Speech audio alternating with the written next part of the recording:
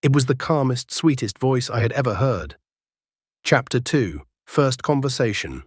Full audiobook preview. Use code LAUNCH for 24% off.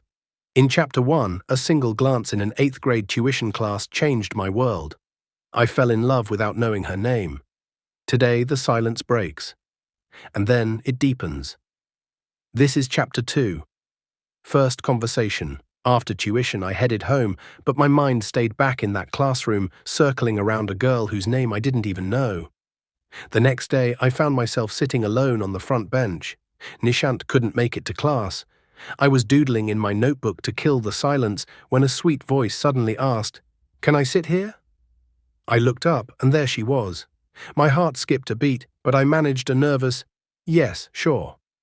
I had a swarm of butterflies in my stomach, yet I kept my face like a stone. 2 classes went by in a blur.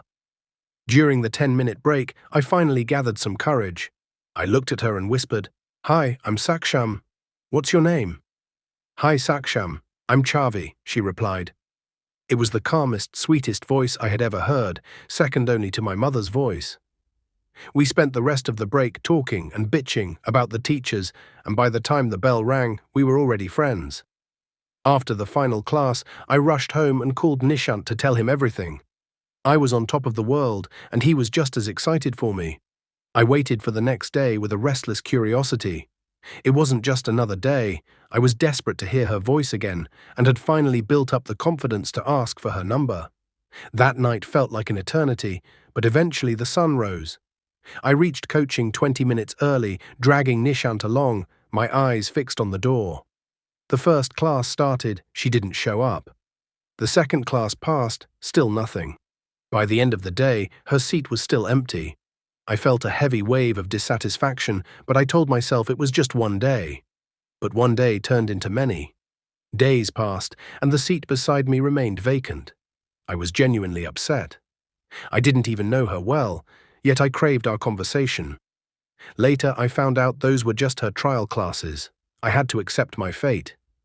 I went back to my routine, attending classes and doing stupid things with Nishant, but a part of me was now looking for something that wasn't there anymore.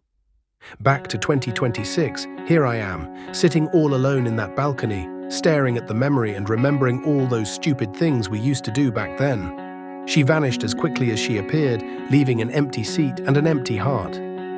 But destiny wasn't done with us yet. Get your copy of Messed Up Stories today using the link below, and use code LAUNCH for your special 24% discount. Subscribe and turn on notifications so you don't miss Chapter 3.